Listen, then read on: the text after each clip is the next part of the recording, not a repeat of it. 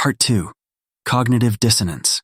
As victims struggle to make sense of their experiences, they may confront cognitive dissonance, the mental discomfort that arises when beliefs or experiences contradict reality. Contrary to popular belief, victims are fully capable of distinguishing between real threats and imagined ones. Victims are usually fully aware of reality and can very easily distinguish between the possibility of a threat and a confirmed threat. Ironically, the perpetrators tend to be the ones who are mentally unstable, and in some cases, fallen into a category of society where they've developed a false sense of entitlement that creates the illusion that they have the right to take these types of actions without consequence. Theories behind gangstalking. There are several theories that attempt to explain the phenomenon of gangstalking, ranging from psychological to sociological, and even paranormal. Some of the most common include mental health explanations. One explanation is that gangstalking is a manifestation of a mental health disorder. In this view, gangstalking is seen as a delusion, an irrational belief.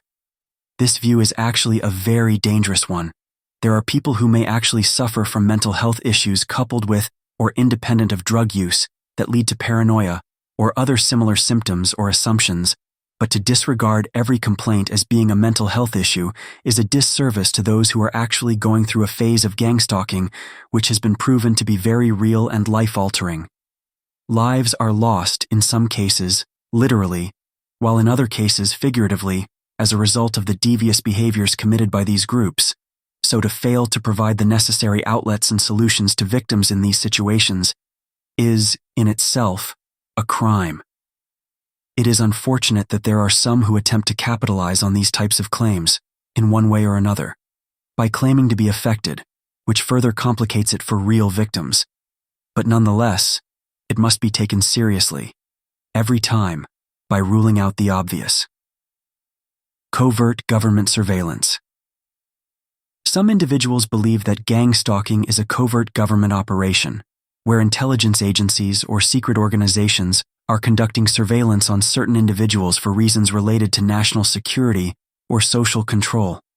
This theory often includes ideas such as mind control, electronic harassment, or the use of advanced surveillance technology to track and monitor the victim's every move.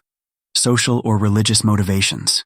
Another theory suggests that the perpetrators of gangstalking might be part of a larger social or religious group which perceives the target as a threat to its beliefs, ideology, or social order. These groups might engage in collective behavior aimed at punishing or reprogramming the victim. In some cases, the gang may consist of members of the victim's social circle who are thought to have been persuaded or manipulated to participate in the harassment. Organized crime or corruption. Some theorists argue that gangstalking is a form of organized crime, where criminal groups target individuals for reasons ranging from financial gain to revenge. These groups may use stalking as a way to intimidate or control victims. Some variants of this theory suggest that corrupt law enforcement or private security companies may be involved in the stalking operation. The role of technology. A growing belief is that gangstalking is facilitated or amplified by modern technology. Proponents of this view argue that digital surveillance tools are used by perpetrators to track and monitor victims. Some even claim that victims are subjected to sophisticated electronic warfare, involving harassment via electromagnetic fields, cyber attacks, and other technologies designed to cause physical or psychological distress. Controversy and criticism. The experiences of those who are victims of gangstalking are very,